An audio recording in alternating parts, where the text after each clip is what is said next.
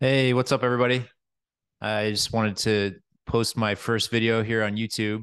Thank anybody that's stumbled on my page that's actually listening to it. I figured I'd start by just giving you kind of a brief background on why I'm posting this video to begin with. So I've been doing real estate for about the last 15 years. I got started in real estate as just a simple buy and hold guy. I purchased a house. I saved up. I didn't even have that much money. I think it was $7,000 out of pocket to get into a rental property. And during that time in my life, I was really interested in learning as much as possible about real estate. So I read all the books, and I eventually stumbled upon Bigger Pockets. I think after I had purchased one or two rentals, just to be a kind of a guide and a resource. And I spent a lot of time in the community, engaging with people and asking tons and tons of questions and making a lot of really good relationships. Those people were very awesome, and they were happy to help. So as I grew in my experience level, I really wanted to kind of pay that favor back that I had received. So I engaged with the community and started answering questions. Well, I kind of trailed off and really just hunkered down in my business as I started to hire people and as my businesses started to scale. I really just didn't have the time to invest in the online community, which was kind of a shame. But I think the biggest shame was not continuing my education, because I remember early on, I was enthralled with reading about every book I could find, and I guess I just thought that I had read everything and I didn't need to read anymore. It wasn't until recently that I kind of like popped my head up for air and kind of looked around and realized that there was still, an infinite world of opportunity and possibility beyond what I'd already learned and what I'd already been doing. And the other thing that I realized was a lot of these things that, I aspired to achieve, that I had then, finally, after years and years of struggling and trying, that I had finally achieved, they didn't really give me the satisfaction that I thought they would. They were great learning lessons, and I'm proud of all the hard work that I've done and the things that I've accomplished. But I was going for a walk pretty regularly late at night because my routine was completely thrown off with the work life balance. So I ended up finding myself trying to get my exercise in late at night after I put the kids to bed. And I was just kind of wore out on the same old podcasts that I had been listening to. And I really wasn't big into listening to real estate podcasts. And I just randomly did a search for multifamily and started listening to a multifamily podcast. I don't even remember who the first person I listened to was, but it pretty quickly led me down this rabbit trail. I remember listening to one particular guest, Nick Simpson, and his story was just so riveting because he had started basically the same time that I had, but had pivoted in his career a lot sooner to get into real estate development. Which was always an aspiration of mine. And looking at his progress and what he was doing, I was just really blown away. So I reached out to him and just thanked him. I said, that your interview was so inspiring. I can't believe how far you've come. Basically starting this same way that I did, and you've just achieved so much. I was really impressed. And we got to talking a little bit, and he was just launching a podcast, and he said, hey, why don't you come on my podcast? I'll interview you. You can kind of talk about your background.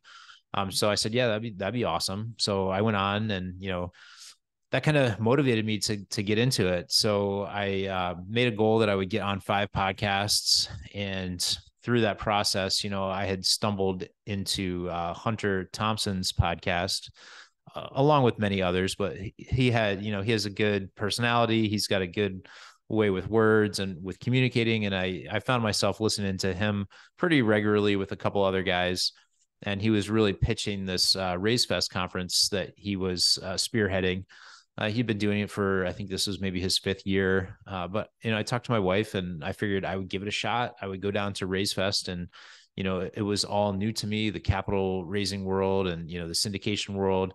Obviously I knew what it was, but I really just had been kind of doing my own thing for a decade and not really paying attention to the scene, if you will. So I went down to Louisville and I met a ton of really great people. I made some really good friends while I was there. But I had the opportunity to have pretty in-depth conversations with, I would tell you, at least 50 different individuals that were all from various, at various stages in their development, and with a pretty broad spectrum of, what they did, from developers to syndicators, operators, capital raisers. So a very diverse group of people that were there. So I thought it was absolutely incredible. Just getting to know them a little bit, being able to ask them a few questions. And then, obviously the speaker lineup that he had was just fantastic. So a lot of the time, when I found myself in the lobby talking to somebody, I was trying to get back in to hear the speaker, because it was really a fantastic event. And I would tell you that, I spent the entire time networking from when I got to Louisville until I got on the plane, even, going to the airport with somebody that was also on their way back from the conference, and still continuing that all the way until I got on the plane, basically. And when I got on the plane, the first thing I was doing was reading one of the book recommendations that at least 5 people had given me while I was there, which was Who, Not How. Great recommendation. I've since, implemented that at my workplace. I've had some of my key personnel read that book. We're going to meet up for our next managers meeting and discuss what they thought about the book to see if it resonated with them the way that it resonated with me. But it really just kind of was an aha moment for me that I had been too entrenched in what I was doing. And I think a lot of people kind of suffer from that, right? You learn a whole lot, you start doing what you know how to do, you get successful at it, and then you just figure that's the way, and you kind of have blinders on, and you go through life just doing what works, and just doing it over and over again, and not really thinking about, what's the next level, how can I level this up.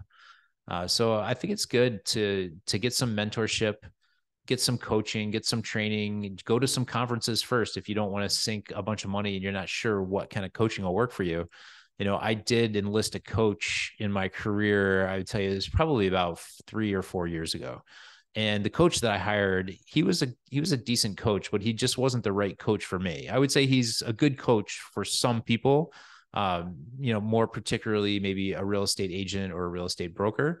But I had so much stuff going on that it really wasn't a good fit for me and for what I was doing. And, we kind of parted ways after about a year. I just wasn't really getting the value out of it. And I really didn't think about it too much until now. And so after having the conference and then, ultimately joining this mastermind, it's just become so clear that, you need to identify what it is you're after, and really kind of explore it through networking. Get yourself out to a conference just so you can talk to some people, even if they're not doing exactly what you're doing, but they're in the same field that you're in. I think it's really, really beneficial to take the blinders off for a few minutes, let it soak in, and really think about, how you operate your business, and think about what the thing in your business is that you do that you really love. And for me, after the conference, I had this huge aha moment where, I love helping people. That's really what I love. And, with a sales background for the last, 15 years, the best part of my job has always been helping people and, having them be ecstatic upon the results. So that's really what I want to continue to do, but I want to level up, right? So I'm getting into the syndication space and the capital raising space just so I can help people achieve more than just maybe a single family or a multifamily or, a small commercial or, mixed unit. I want to scale it up. I want to help people, and I want to help people in a big way. So that's where I'm at in my journey. I hope you'll follow along. I'm planning on launching a podcast, bringing on some incredible guests, and interviewing them like Peter Robinson would interview somebody, very thought-provoking questions, mainly for me to learn. I think the best way for me to learn is, to interview people, and that should help you learn too, right? We're all on this journey together. So, if you like real estate and you want to learn more about real estate, you want to learn more about passive investing, I'm your guy. I'm here. I'm going to be completely frank with you as far as how it's going. I'm not going to sugarcoat anything. And, I've got a ton of experience on the property management and operation side. So I'll be happy to, bring in guests that are, specific in that regard, where I can help you guys build in some vertical integration into what you're doing, or just, get out of the active space and into the passive space. I really think that's going to be my focus, is I have a lot of people that come to me that still want to be active investors, And, over the years, the opportunities have gotten worse and worse and worse, right? So in '08, you could throw a dart and you could hit a property and you could make some money. And especially over the last 4 years, where we've seen this incredible spike in prices. But what that's done for the current market is that, cash flow is pretty much non-existent. The sellers haven't capitulated to the new interest rates, and the buyers don't seem to care. They're still purchasing the properties because there's a lack of inventory, and they've got capital that they want to deploy. A lot of people are worried about inflation eroding the money that they do have, so they want to get it into some kind of hard asset. So, I think the jury's still out on what is exactly going to happen. I think we got to see how many people are holding floating debts that are in trouble, that are going to need to do something about it in the future, whether it's, an institutional investor that's got a large portfolio of single family homes that they underwrote thinking that their rent was going to be $2,400. And, the reality is their rents never got up past $1,800. The purchase price that they paid was at a premium because it was the height of the market. Now the prices are down a little bit, and their debt cost is now, 3-4% higher than it was, or that they had underwritten it with. So it's hard to say if they're going to be able to weather the storm, or if they're going to be forced to sell some properties at a loss. So I don't think anybody really knows the real answer as to what's going to happen in the real estate market as far as pricing goes. I tend to believe that things are going to be pretty status quo as far as prices. I think some areas will see some decline.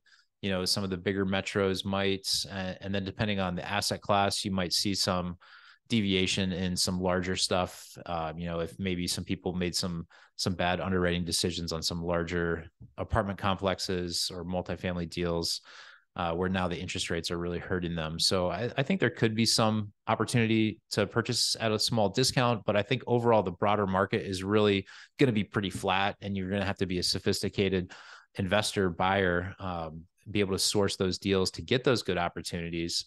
And if you can't, you're pretty much still paying the same price today as you did yesterday. You might be paying a few bucks less, but as far as cash flow goes, it's not like we're going back to 2008 cash flow, not even close. But what I do think is going to happen in the future is that the price of housing is going to continue to rise.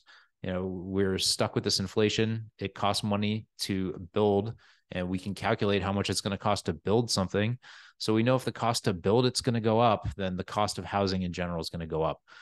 That coupled with the severe undersupply of housing, in my mind, it's just, I don't see a world in the US where housing gets crushed. There may be some areas that experience a little bit. If we go in a recession, could slow things down. But overall, I don't see a big dip in housing prices. I wouldn't hesitate to buy something if it made sense right now. I don't know how much dry powder I would even really try to save on the side for some amazing deal that may or may not come. So I would just continue to operate personally. That's what I'm doing now. I'm continuing to operate. I'm still able to source deals at good pricing. I always pay attention to my cash flow. I'm conservative in my underwriting. I want to be able to purchase something and then pretty much cash out of it completely while still maintaining cash flow. It doesn't have to be a ton of cash flow if I'm going to get all my equity back out. But the idea is to build that portfolio in a decent location where, I'm probably going to beat my underwriting. I typically do 10% vacancy, 10% CapEx, 10% property management, 5% repair. In reality, I can beat that. If you look at my Schedule E or my tax filings, I'm definitely not spending all that 35% over the course of time. So very conservative underwriting, still able to cash flow, be able to pull all your money out. It's really a no-brainer. If you can still do that today, then why wouldn't you? What are you waiting for? So that's pretty much it. That's my journey up to this date, and I'm really looking forward to bringing you guys some good content. So if you have any comments, you want to drop them below, I'll answer them. I'm just starting out after pretty much 15 years of being non-existent on the internet. So I get it if nobody wants to comment, but I would appreciate it. And I will probably respond to you because why not? All right. Peace.